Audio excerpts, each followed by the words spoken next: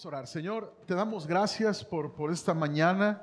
Padre, te pedimos que tu Espíritu Santo nos llene, Señor, que tu palabra venga a traer ese fundamento para nuestra vida, esa dirección, Señor. Y aún, Señor, que tu palabra sea puesta en nuestro corazón de una manera, Señor, que no la olvidemos. Ayúdanos a atesorarla, a memorizarla, y que en el nombre de Jesús venga la gracia para ponerla por obra. En el nombre de Jesús te damos gracias. Amén. Le damos un aplauso al Señor porque nos trae su palabra esta mañana. Puede tomar su lugar, gracias. Jesús una vez contó una historia, está en los evangelios, y él dijo: ¿a quién compararé a un hombre sabio y prudente? Bueno, el hombre sabio y prudente va a ser alguien que edifica su casa sobre la roca. Entonces, cuando vienen situaciones adversas, él maneja como ríos, tempestades, vientos, no se cae. Entonces Jesús explica la parábola diciendo: estos son los hombres que oyen la palabra y la hacen. Entonces, amados, en la iglesia tú y yo tenemos que tener esta convicción. Tú como cristiano tienes que tener esta convicción. La palabra de Dios no es un libro más, no son historias conjuntas, es el corazón de Dios plasmado, la voz de Dios, la voluntad de Dios, Dios revelado. Ahora, ¿por qué creemos que la Biblia es la palabra de Dios? Por las muchas evidencias que hay, el cumplimiento de las profecías totalmente acertadas, evidencias arqueológicas. Entonces tú y yo estamos siendo expuestos ante la palabra de Dios. Amén. Vamos a leer Hebreos 4, verso 1. Dice: temamos pues, no sea que permaneciendo aún la promesa de entrar en su reposo, alguno de vosotros parezca no haberlo alcanzado. Temamos pues. Temamos pues nos habla de un respeto reverente. Ahora, se nos está diciendo de cómo el fracaso de Israel para entrar a la tierra prometida se convierte, amados, en una advertencia. En una advertencia. ¿Por qué? Porque tú y yo estudiamos el domingo pasado de cómo ellos, a causa de su incredulidad, no entraron a la tierra prometida, y ahora el escritor de Hebreos nos exhorta diciendo: hey, no se endurezca su corazón como se les endureció al pueblo de Israel en el pasado. Entonces el contexto sigue siendo esta advertencia. Temamos pues, tengamos un respeto reverente, algo que nos haga temblar, algo que yo como padre de familia, algo que yo como cabeza de mi hogar, le hablo a los hombres, tengamos en nuestro corazón un respeto por la promesa de Dios, por lo que Dios me ha prometido, y yo tenga un temor de fallar. Que cada cristiano, joven, mujer, tengamos un temor de no llegar al destino que Dios tiene para cada creyente en Cristo Jesús. Entonces, el fracaso de Israel se convierte en esta advertencia, en este ejemplo. Ahora, cuando habla de reposo de Dios, todo este capítulo 4 nos va a hablar del reposo de Dios. Y el título de este mensaje se llama: una confianza segura para entrar al reposo de Dios. ¿Qué es el reposo de Dios? ¿Qué entendemos por el reposo de Dios? ¿Qué significa el reposo de Dios en la Escritura, aquí en el capítulo 4? Bueno, el reposo de Dios es el destino del creyente. Es el lugar de la bendición de Dios. Ahora, este reposo de Dios está a disposición de cada generación de santos que son apartados por Cristo. Está a disposición de cada generación. Ahora, pero solo se hace realidad el reposo de Dios por medio de la obediencia, que es por la fe. Ahora, el reposo de Dios son dos aplicaciones. ¿Ok? que tú y yo debemos entender en este concepto. Número 1, es el descanso divino, es la eternidad con Cristo. Cuando tú y yo podamos estar reposando de nuestras obras en la presencia de Dios, porque Él abrió acceso a la vida eterna por medio de su sacrificio. No por obras, por gracia. Y la otra aplicación es el reposo de Dios. Es cuando Dios, a través de su Espíritu Santo, llena el corazón del creyente en Cristo. Escucha, liberándolo de opresión y liberándolo de toda condenación. La vida eterna, amados, empieza hoy. La vida eterna no solamente es una estadía del futuro, de mi ser. No, la vida eterna es una persona y es Cristo. Y la vida eterna ya empezó. En Cristo tú y yo estamos caminando la vida eterna. Jesús dijo, el que cree en mí, aunque esté muerto, vivirá. ¿Por qué? Porque la vida eterna ya comenzó. La muerte física solamente es la transformación, la apertura a esa eternidad con Cristo. Pero ya comenzó la vida eterna. No sé si me esté explicando bien. Entonces, el reposo de Dios es todo lo que mi vida necesita. El reposo de Dios. Yo necesito reposar en Cristo. Verso 2 dice, porque también a nosotros se nos ha anunciado la buena nueva como a ellos. Pero no les aprovechó el oír la palabra por no ir acompañada, que dice, de fe en los que la oyeron. Entonces, el mero escuchar el evangelio no es suficiente. Tenemos que creerlo. Tenemos que creerlo. El mero escuchar el evangelio no es suficiente. El mero conocer la escritura no es suficiente. Tenemos que creerle este mensaje. ¿Por qué? Porque nos da como ejemplo al pueblo de Israel, que tenían el conocimiento de Dios, de la tierra prometida, pero no creyeron la instrucción de Dios, no lo obedecieron, no entraron al reposo de Dios. Entonces, necesitamos creer para entrar en las promesas de Dios.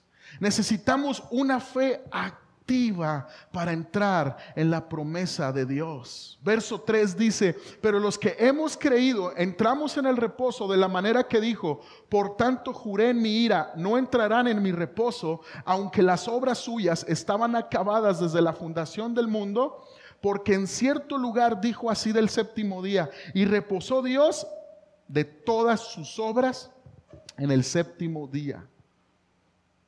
Los que creen son los que entran en el reposo, al que no pudieron acceder los israelitas por incrédulos.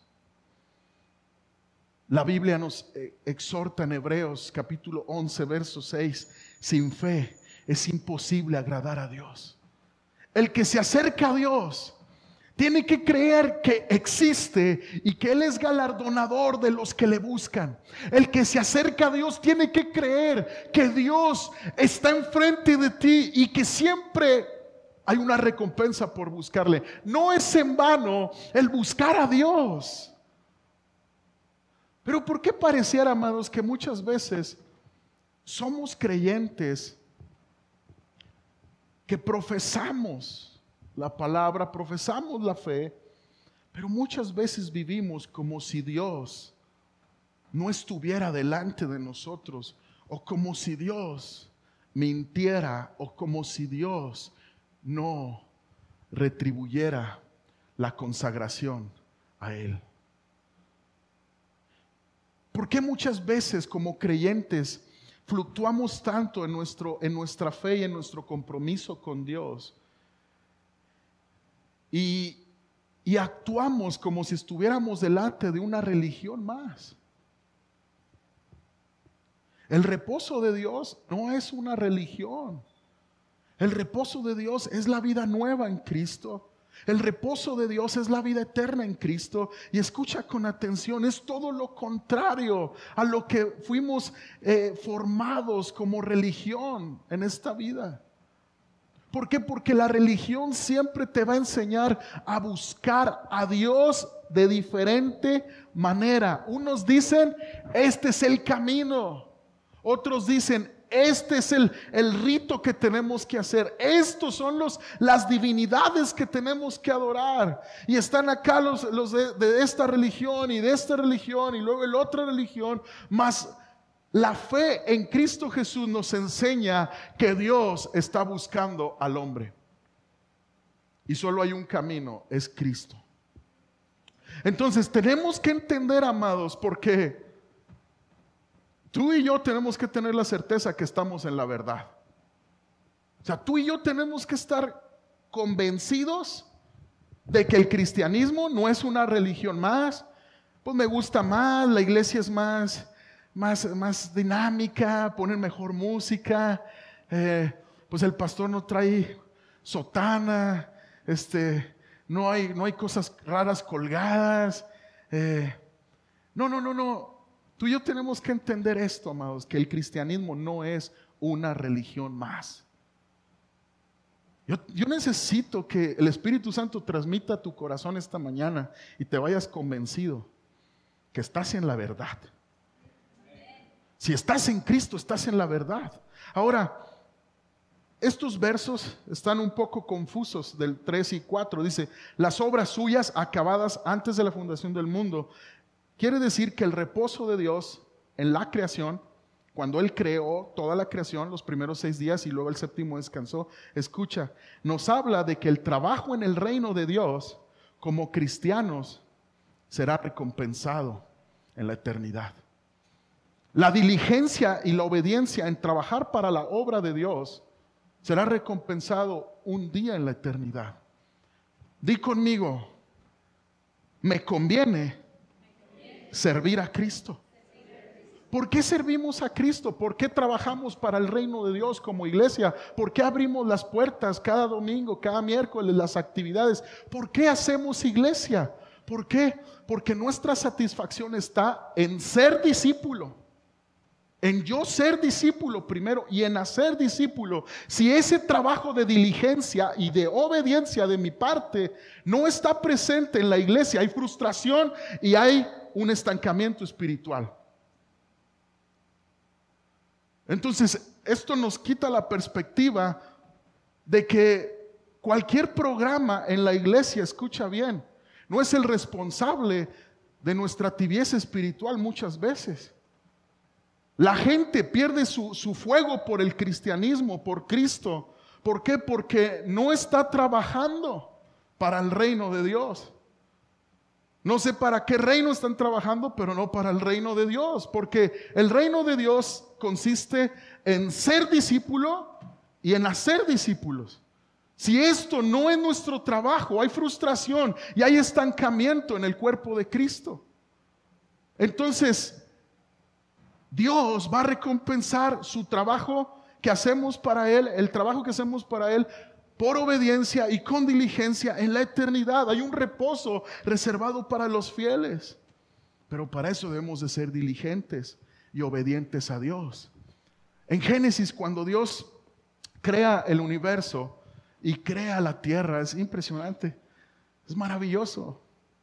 Incluso a mí me gusta verlo en caricatura, ¿lo han visto? Increíble. La voz que le ponen al Señor es increíble. Oigan, yo no veo al Señor diciendo, voy a hacer una mitad de océano, hay para mañana la otra. Yo no veo, le voy a hacer a las aves primero un ala y luego después la otra. ¿Verdad que no? Yo no vi cuando creó al hombre que lo creara primero el puro tronco para arriba. No. Creó completas las cosas. Y esto es lo que Hebreos nos está transmitiendo. El trabajo de Dios ha sido diligente en crearme, en preparar todo para mi vida, en preparar todo para mi redención. Mi trabajo en el reino de Dios tiene que ser diligente y obediente. Entonces, dice el verso 5, y otra vez aquí, no entrarán en mi reposo. Por lo tanto, puesto que falta que algunos entren en él, y aquellos a quienes primero se les anunció la buena nueva no entraron por causa de desobediencia, otra vez determina un día. Diga conmigo, hoy. Hoy, diciendo, después de tanto tiempo, por medio de David, como se dijo, si oyeres hoy su voz, no endurezcáis vuestros corazones, porque si Josué les hubiera dado el reposo, no hablaría después de otro día. Por tanto, queda un reposo para el pueblo de Dios. Había un reposo para el pueblo de Dios, para el Israel antiguo. Pero la generación del cautiverio no entró en él. Ahora, es interesante lo que explica aquí el escritor de Hebreos. Y nos hace ver que si Josué, el sucesor de Moisés, hubiera logrado que el pueblo entrara al reposo de Dios, no estuviera hablando David del reposo de Dios. El escritor de Hebreos está citando el Salmo 95. Entonces, Josué mete a la tierra prometida a la generación segunda, porque la primera queda postrada en el desierto. Entonces, ¿de qué reposo habla? No es entrar a la tierra prometida, no. Es el ejemplo, es como la ilustración. Pero el reposo de Dios va más allá, amados, de algo físico. El reposo de Dios, escucha, es el reino de Dios entre nosotros, en nuestro corazón.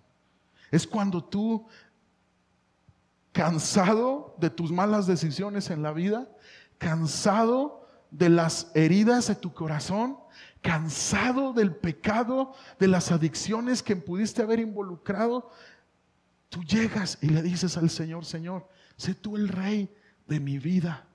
Y comienzas a vivir tu vida obedeciéndole, siguiendo sus mandamientos. Eso es reposar de tus obras. Yo no sé tú, amados, pero cuando estábamos sin Cristo, cuánta incertidumbre, cuánto temor. No sabíamos qué nos iba a acontecer, vivíamos atemorizados, vivíamos sin esperanza, cargados, atribulados, dependiendo de la gente, dependiendo de si tengo o no tengo. Pero cuando vienes al reposo de Dios, tu confianza está tan segura y tan fuerte tu convicción, que el Señor es el que te guarda, que el Señor es el que te provee, que el Señor es el que te salva, que el Señor es el que alimenta tu vida y el que va a cumplir su propósito en ti. Dale un aplauso al Señor si tú valoras el reposo de Dios, si tú valoras que Él te trajo a su reino y Él es el que dirige tu vida. Amén. Ahora, Josué no pudo darles el reposo al pueblo de Dios. Esto es lo que está diciendo Hebreos. Es interesante. Josué es del Antiguo Testamento, pero hay un Josué del Nuevo Testamento. ¿Sabes por qué? Porque Jesucristo significa Jehová salva, y es el mismo significado para Josué. Hay un nuevo Josué. Y este es el nuevo pacto que sí puede entrar al reposo de Dios, que sí puede guiar al pueblo al reposo de Dios. Y es a través de Cristo que el ser humano comprende y entiende y experimenta la plenitud de la vida. Y esa plenitud se llama Cristo en el corazón. Denle un aplauso al Señor. Tenemos un Josué que sí nos mete al reposo de Dios. Dice el verso 10, porque el que ha entrado en su reposo también ha reposado de sus obras, como Dios de las suyas.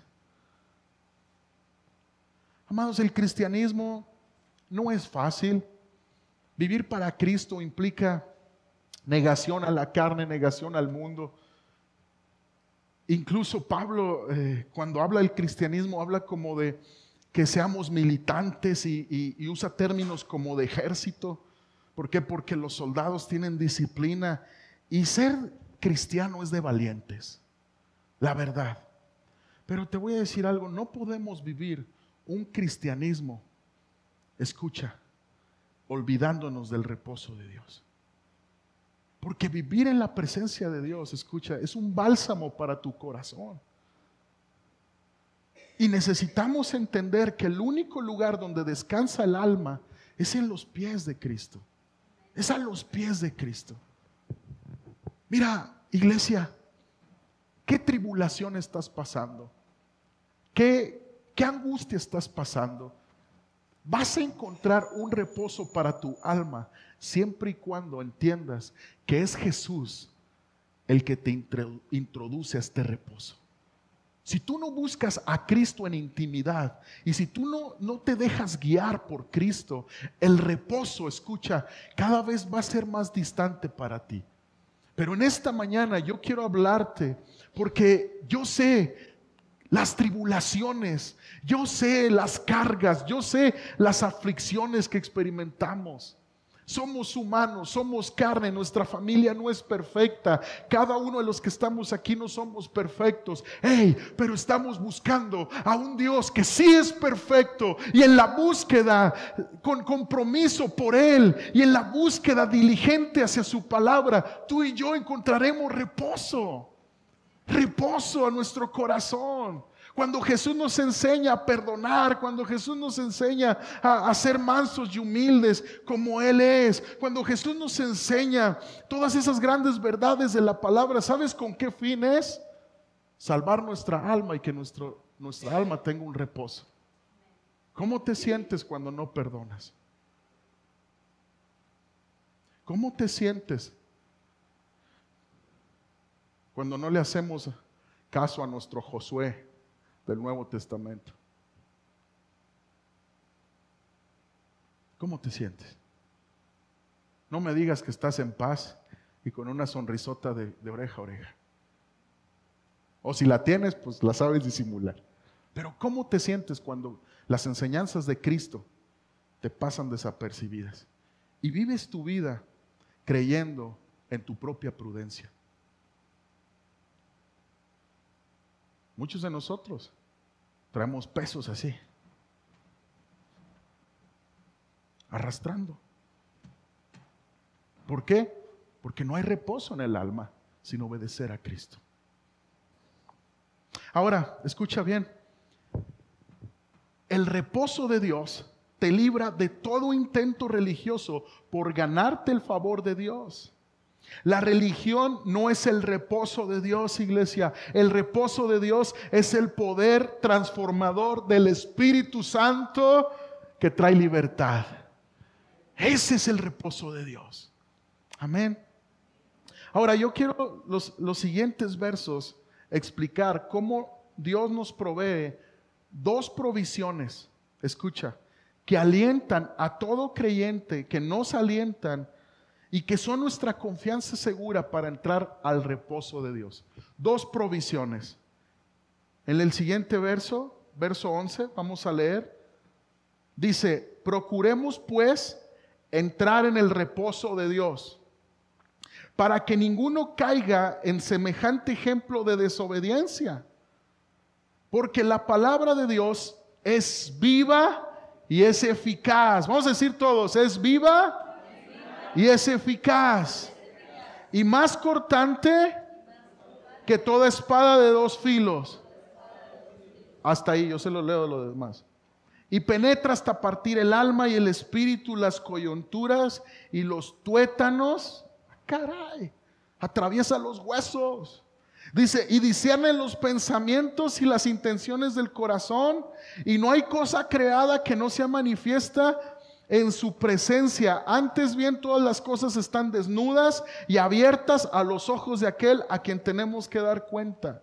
Hay dos provisiones, escuchen los siguientes versos. Número 1 es la palabra de Dios que nos confronta. Y la segunda la vamos a ver en los siguientes versos después. La palabra de Dios que descubre nuestra condición es la primer provisión que Dios nos habla aquí en Hebreos 4. Para entrar al reposo de Dios. ¿Cómo le hago para vivir con un bálsamo de paz en mi corazón? ¿Cómo le hago para que mi matrimonio esté en paz? Porque vaya que hay conflictos, vaya que hay altercados. ¿Cómo puedo vivir en paz? ¿Cómo puedo tener ese gozo de mi salvación? ¿Cómo puedo vivir libre de la preocupación del mañana? Bueno, la primer provisión que aquí nos habla Hebreos es la palabra de Dios que descubre nuestra condición. La fe cree implícitamente en la Biblia. La fe que viene de Dios cree implícitamente en la Biblia. La considera la expresión viva de Dios y así se somete a su juicio. Entonces, la palabra que encuentras en las Escrituras de parte de Dios, escucha, es siempre hoy. Siempre es para hoy. Porque es una palabra viva y eficaz. Entonces, como que muchas veces entendemos un poco mal que la Biblia solamente es conocimiento. No, la Biblia es la palabra de Dios, está viva. Es la expresión, es Cristo hablando. Y la palabra que Dios trae de parte de Dios siempre es para hoy. El único que nos dice que es para mañana es el enemigo. Para mañana. Mañana. ¿Para qué te preocupas de arreglar tu vida, de ordenar tu vida mañana? La palabra es viva y es eficaz. En la Biblia encontramos las preguntas más importantes de la vida que sacia nuestro corazón y nos da una seguridad que estamos en Cristo y estamos caminando en la voluntad de Dios. La Biblia da respuesta a las 3 preguntas que se hace la humanidad de todos los tiempos.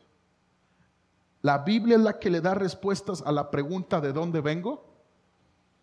¿Por qué estoy aquí? ¿Y a dónde iré después de la muerte? Es la única. La palabra de Dios es la que sacia cualquier pregunta que tenga el corazón del hombre. ¿De dónde vengo? Génesis 1:26, donde Dios dijo, hagamos al hombre a nuestra imagen y semejanza. ¿Por qué estoy aquí? Apocalipsis 4:11, donde dice que todo es para la gloria de Dios. Gálatas 1:16, donde Pablo dice, inspirado por el Espíritu Santo, mi propósito es revelar a Cristo en mí. ¿Por qué estamos aquí? Para darle gloria a Dios, para que mi vida le dé gloria a Dios. Para que todo lo que hago, las decisiones que tomo en la vida, le den gloria a Dios. Y la tercera pregunta que trae al mundo de cabeza, haciendo religiones, misticismos y toda clase de fetiches y cosas raras, ¿a dónde iré después de la muerte? La Biblia sacia esta pregunta. Hebreos 9:27, escrito está que el hombre muera una sola vez y después de esto el juicio. Juan 14:2, Jesús hablando, no se turbe vuestro corazón, calmados. No le tengan miedo a la muerte. Voy pues a preparar lugar para vosotros. Si así no fuera, les hubiera dicho. San Juan 14. Y luego pregunta Tomás, Señor, pero pues ¿qué onda? ¿Cuál es ese camino? Y Jesús le dice, yo soy el camino, la verdad y la vida. Entonces está clara la respuesta de la palabra de Dios a toda pregunta del corazón del hombre. Pero la palabra de Dios, amados, la hemos muchas veces hecho a un lado de nuestra vida. La hemos hecho muchas veces a un lado y hemos considerado nuestra experiencia más sabia que la palabra de Dios. Deuteronomio 11:18, fíjate bien la instrucción que Dios le dio a su pueblo. Dice, por tanto, pondréis estas mis palabras en vuestro corazón y en vuestra alma, y las ataréis como señal en vuestra mano, y serán por frontales entre vuestros ojos. ¡Wow! La palabra de Dios te sana y te restaura, te alinea, te encamina. Proverbios 3, 5, 8 dice, fíate de Jehová de todo tu corazón y no te apoyes en tu propia prudencia. Reconócelo en todos tus caminos y Él enderezará tus veredas. No seas sabio en tu propia opinión. Teme a Jehová, apártate del mal, porque será medicina a tu cuerpo y refrigerio para tus huesos. Di conmigo, la palabra de Dios tiene el poder hasta para sanarme. Sana mis huesos, sana mi cuerpo la palabra de Dios. Es una espada que penetra hasta lo más profundo, hasta los tuétanos de mis huesos, hasta la médula. Hasta ahí penetra, hasta mi alma, las intenciones de mi corazón. Escucha, amado, la palabra de Dios es esta provisión de Dios que el Señor trae a nuestra vida para entrar a las promesas de Dios, para vivir la plenitud que Cristo ganó en la cruz del Calvario. Y me encanta Hebreos, porque Hebreos está siendo dirigido, la primera generación de lectores de Hebreos eran creyentes que estaban siendo perseguidos con raíces judías y ya estaban considerando, mejor ya no se, me ando cayendo, ya estaban considerando ya no ser cristianos. Estaban considerando, pues mejor nos quedamos con Moisés, con Josué. Y Hebreos es bien claro, ni Moisés ni Josué te da el reposo de Dios, solo Jesucristo. Solo Jesucristo. Entonces, entra al reposo prometido por Dios. Ten fe en la palabra de Dios. No permitas que la rebeldía endurezca tu corazón. Dedica todo tu corazón a obedecer a Dios y a su palabra. Confía que Él hará las cosas que ha prometido. Confía. Nunca rechaces, amado, un mensaje porque te hace sentir incómodo. Nunca. Acepta ser corregido por la palabra de Dios. Hebreos 12:25 dice, mirar que no desechéis al que habla. Porque si no escaparon aquellos que desecharon al que los amonestaba en la tierra, mucho menos nosotros si desecharemos al que amonesta desde los cielos. Wow. Entonces, Dios es el que me está hablando a través de la Escritura. Dios es el que está guiando mi vida. Entonces, debemos de ser cristianos que la palabra es lo que atesoramos con gran honra, con gran devoción y con gran diligencia en aplicarla. Ahora, segunda provisión que Dios nos ha dado para entrar al reposo. Esto es increíble, ¿eh? Verso 14 dice, por tanto, teniendo un gran sumo sacerdote que traspasó los cielos, Jesús, el Hijo de Dios, retengamos nuestra profesión, porque no tenemos un sumo sacerdote que no puede compadecerse de nuestras debilidades, sino uno que fue tentado en todo según nuestra semejanza, pero sin pecado. Acerquémonos pues confiadamente al trono de la gracia para alcanzar misericordia y hallar gracia para el oportuno socorro.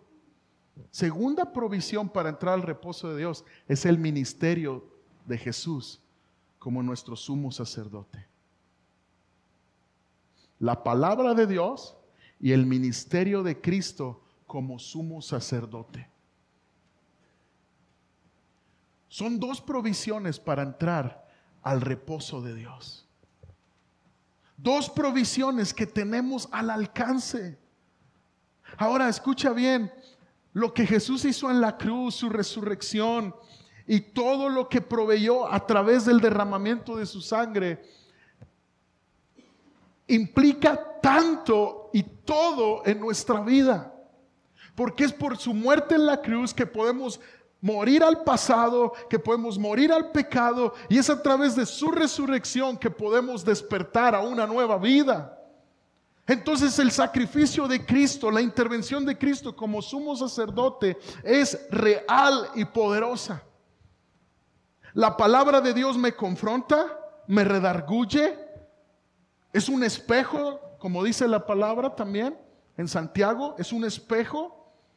Lo veo detenidamente, me doy cuenta de mis fealdades, me doy cuenta que necesito un cambio en mi corazón, me doy cuenta que necesito más valentía, más valor más fe, más templanza, me doy cuenta de mi necesidad, pero Dios no nos deja ahí. Ha provisto un gran sumo sacerdote que es Cristo, y a Él podemos acudir en oración con toda humildad y escucha, recibir de Él comprensión, porque fue tentado en todo, pero sin pecado. Hay dos grandes provisiones: la palabra que me confronta y mi Cristo que me entiende y me fortalece. Hay dos grandes provisiones. Ahora, el sacerdote del Antiguo Testamento, porque el escritor de Hebreos está usando este concepto, porque él les está hablando a judíos y les está hablando en su idioma. Entonces, escucha bien. El sacerdote del Antiguo Testamento era escogido entre los hombres porque así sentiría lo que los demás hombres sienten. Entonces, nuestro sumo sacerdote supera a los sacerdotes del Antiguo Testamento. Porque según Levítico, los sacerdotes del Antiguo Testamento, ellos entraban una vez al año a la presencia de Dios a presentar sacrificios por el pecado del pueblo y rogar misericordia de Dios para el pueblo. Pero antes de hacer eso, ¿sí sabías tú que presentaban primero una ofrenda por sus propios pecados y por los pecados de su familia? Entonces, nuestro gran sumo sacerdote Cristo, que fue sin pecado, Él no presentó ninguna ofrenda por Él. Él presentó la ofrenda que fue su propia vida por nosotros, para darnos libertad. Y este sumo sacerdote, dice el escritor de Hebreos, nos entiende, porque fue tentado en todo. Y el trono de este gran sumo sacerdote, porque Cristo está a la diestra de Dios Padre, y sigue fungiendo como sumo sacerdote. Es el único intercesor entre Dios y los hombres. Este sumo sacerdote, escucha, este gran sumo sacerdote tiene un trono. Y no es un trono de juicio, es un trono de gracia. Es un trono de gracia. ¿Qué es la diferencia de un trono de juicio y un trono de gracia? Que la gracia está disponible para todo pecador arrepentido que es confrontado con la verdad de la palabra. Entonces, di conmigo, mi Dios hace completas todas las cosas. Dos provisiones para entrar al reposo de Dios. Entonces la Biblia me confronta, la palabra de Dios me confronta, y tengo un sumo sacerdote que si yo lo busco en humildad, con arrepentimiento, yo salgo de verlo perdonado. Entonces yo tengo un gran sumo sacerdote que lo busco en mi debilidad, el trono está abierto para mí y escucha, salgo de ahí fortalecido. Entonces yo tengo un gran sumo sacerdote que lo busco en mi enfermedad y salgo de ahí sano. Y salgo de ahí con una nueva perspectiva, que Dios está conmigo, que su gracia me cubre y su gracia me levanta. Alguna tribulación y alguna angustia me querrá sacar de este trono de gracia, pero es por eso que hoy en esta mañana el Señor te recuerda, hay un trono de gracia para volver a empezar cada vez que lo necesites en Cristo Jesús. Dale un aplauso al Señor, por favor, pero fuerte, fuerte. Amén. Es para Él.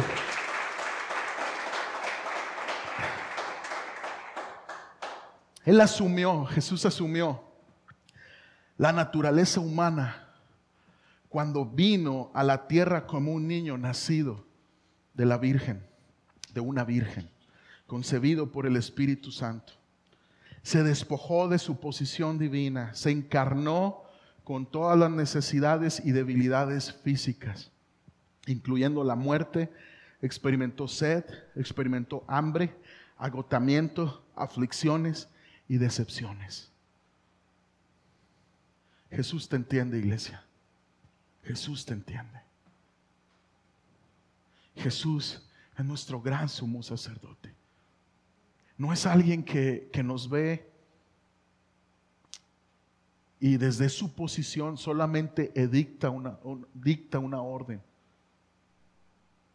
Es alguien, escucha bien, que se bajó de su posición para obedecer sus propias órdenes. Porque aunque fue el Hijo, aprendió obediencia.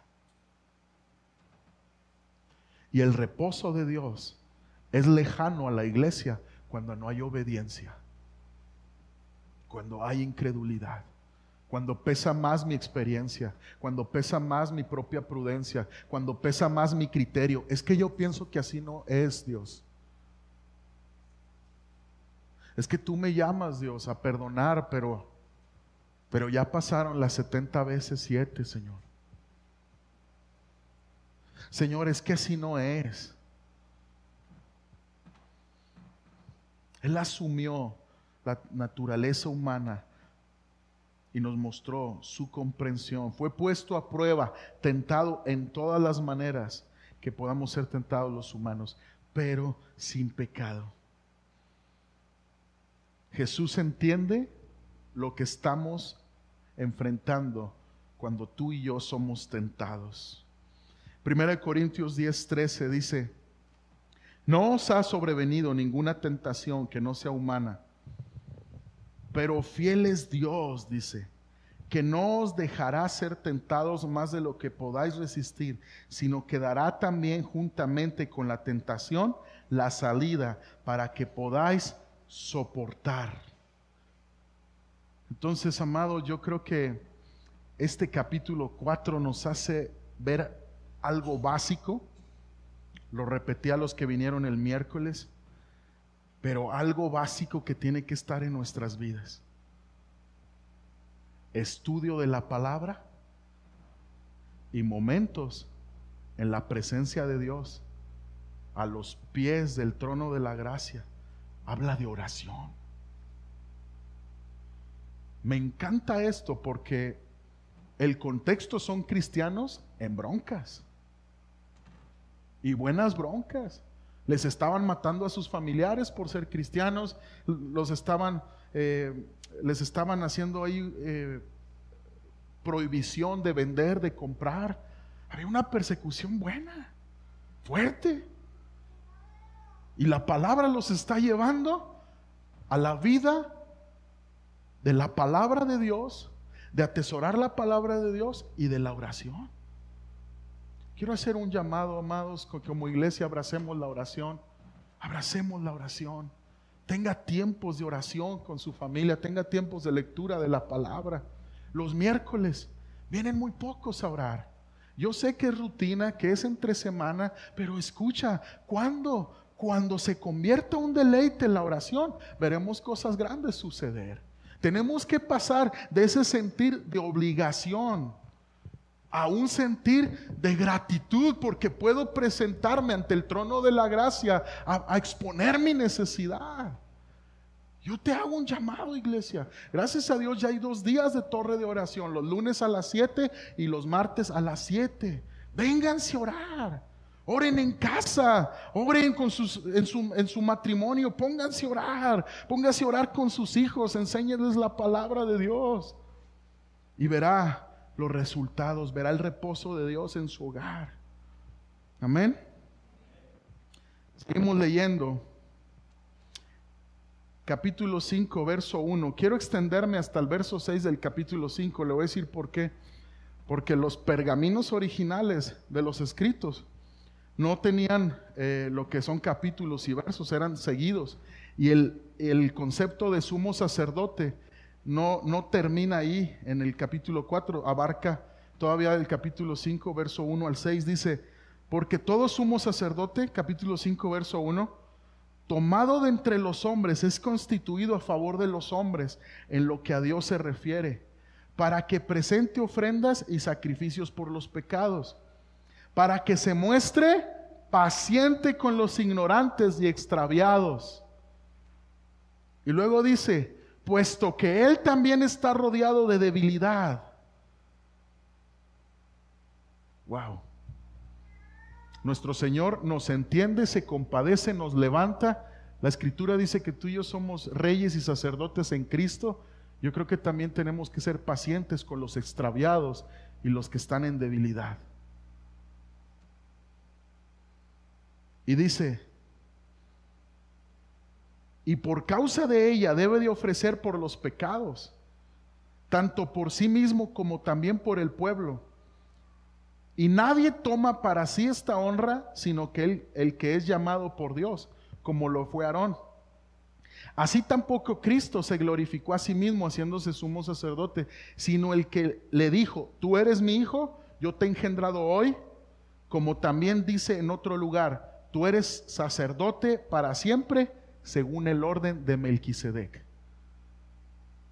Entonces, es obvio cómo era diseñado el modelo del sacerdote en el Antiguo Testamento. Un hombre que presente ofrendas por sus pecados, porque también él está rodeado de debilidad, que se muestre paciente con los ignorantes y extraviados, misericordioso. Pero escucha con atención, Cristo supera a estos sacerdotes de una manera increíble, poderosa. ¿Por qué? Vuelvo a repetir, porque Jesús fue sin pecado. Ahora, se nos da dos ejemplos interesantes. Aarón. ¿Quién fue Aarón y quién fue Melquisedec?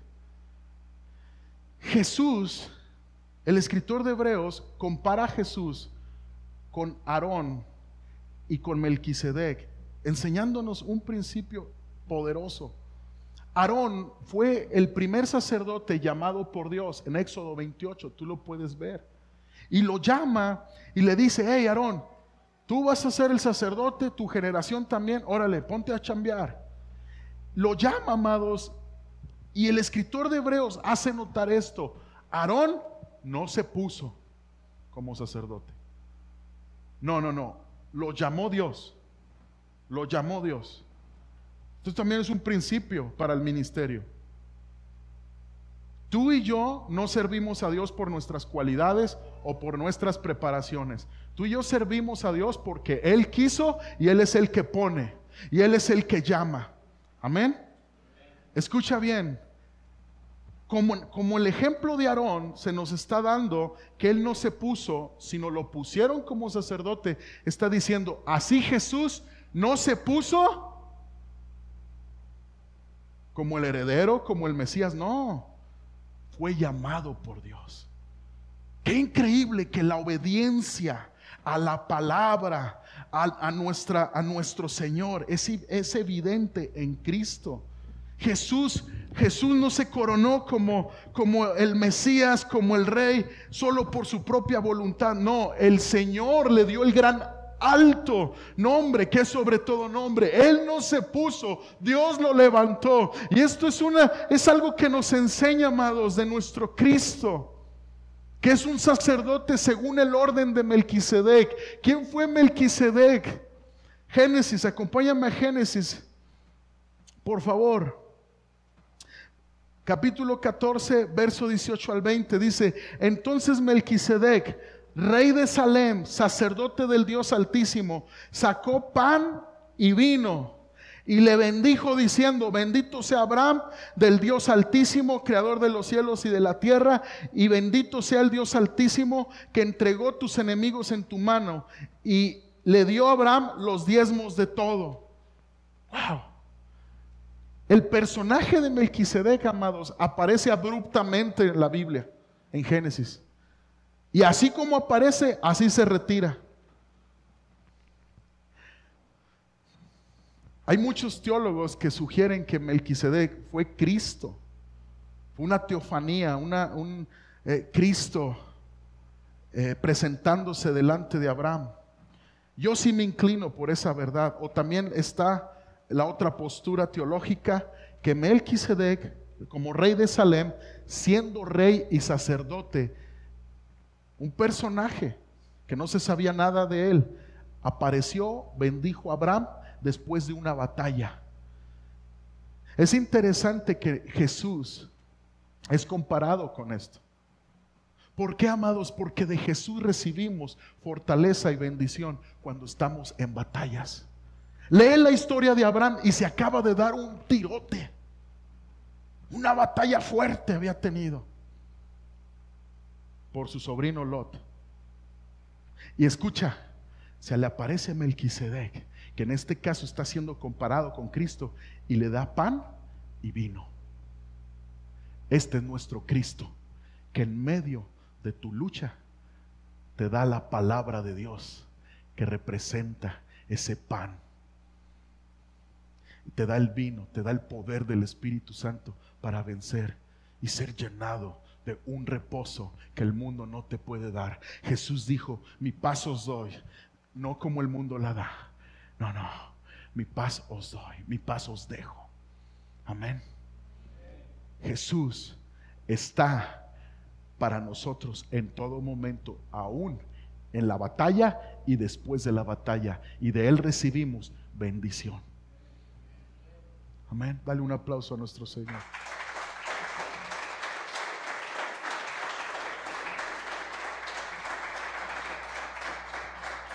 Pan y vino es la provisión. ¿Quién te provee para tu necesidad? Cristo. ¿Quién te provee durante tu lucha? Cristo. ¿Quién te provee aún después de la batalla? Cristo. Ponte de pie y adoremos el nombre de Jesús con todo nuestro corazón. Ponte de pie, por favor, y adorémoslo. Dani Gómez, ¿me ayudas, por favor? Vamos a adorar a Jesús con todo el corazón. Dile: Señor Jesús, gracias. Gracias por proveernos tu palabra que confronta nuestra vida, que guía nuestra vida, que discierne mi corazón. Y gracias, mi Señor, porque estás sentado en un trono que es de gracia. Gracias, Señor, porque te compadeces de mí. Entiendes por lo que estoy pasando. Vamos, ora de esta manera con fe. Dile: Señor, gracias porque entiendes por lo que estoy pasando. Si tú estás pasando traición, si tú estás pasando desilusión, si tú estás pasando a una tentación que quiere destruir tu vida, dile: gracias, Jesús, porque me entiendes. Gracias, Señor. Ayúdame. Acudo al trono de gracia. Acudo al trono de misericordia. Dile: tú eres mi sumo sacerdote, mi gran sumo sacerdote. Tú eres mi Señor.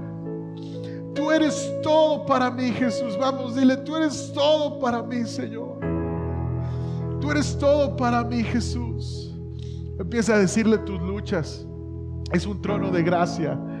Aprovecha, empieza a decirle todas tus luchas. Esta es mi lucha, Señor. Tengo dudas, tengo problemas con mis hijos. Vamos, dile: tengo problemas de salud. Cualquier cosa, empieza a hablarlo, empieza a orar. Dile: Señor Jesús, pero aquí estoy, confiando una vez más en ti. Confiando, Señor Jesús, que tú eres compasivo y misericordioso. Vamos, dile: la palabra me ha confrontado, Señor. La palabra me hace ver mi pecado, mi condición. Pero acudo a ti, Señor, porque ahí no queda, no me dejas en condenación. Has venido a restaurarme, has venido a sanar mi vida. La palabra ya te ha comenzado a hablar, te ha comenzado a hablar el Señor, y te has dado cuenta tal vez de tu amargura, de tu falta de perdón. Te has dado cuenta tal vez de algo que te ha lastimado. Y puede ser por tiempo, amados. El tiempo no cura las heridas, solo Cristo las cura. Solo Cristo las sana. Acude al trono de gracia. Acude al trono de gracia. Acude al trono de gracia.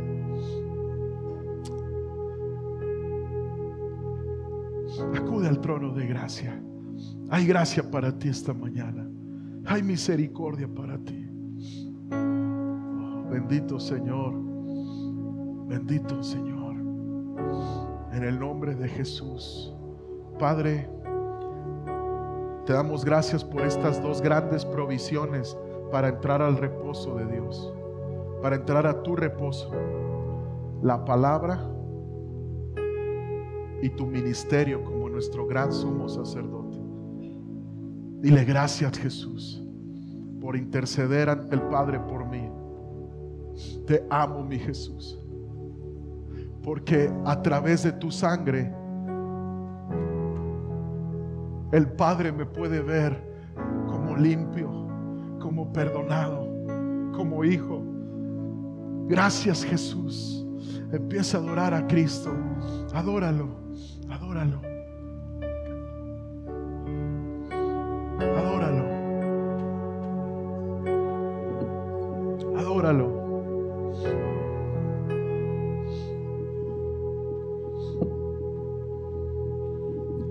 Jesús, gracias, Señor. Gracias, Jesús. Gracias, Jesús. Gracias, Jesús. Adóralo, adora al Señor con todo tu corazón. Adóralo. Gracias, Jesús. Te adoramos.